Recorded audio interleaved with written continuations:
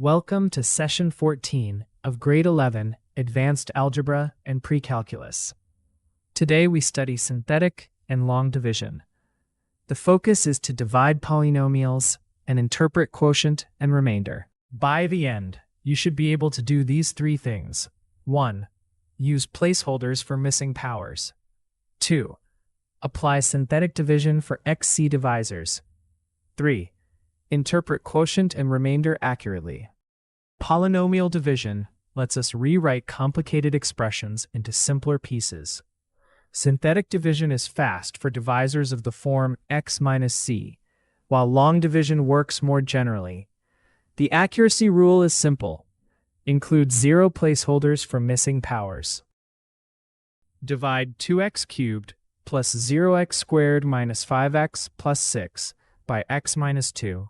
Use coefficients 2, 0, negative 5, 6, and synthetic value 2. The bottom row becomes 2, 4, 3, 12. So the quotient is 2x squared plus 4x plus 3, and the remainder is 12. For a divisor like x squared plus 1, use long division. Ask what term multiplies the leading term of the divisor to match the leading term of the dividend. Then subtract the entire product, not just the first term. Your turn. For x cubed plus 1 divided by x minus 1, what coefficient list should you use? Pause the video and solve it. Here's the solution. Work line by line. Then check the final answer against the original question. After the video, complete these 3 tasks.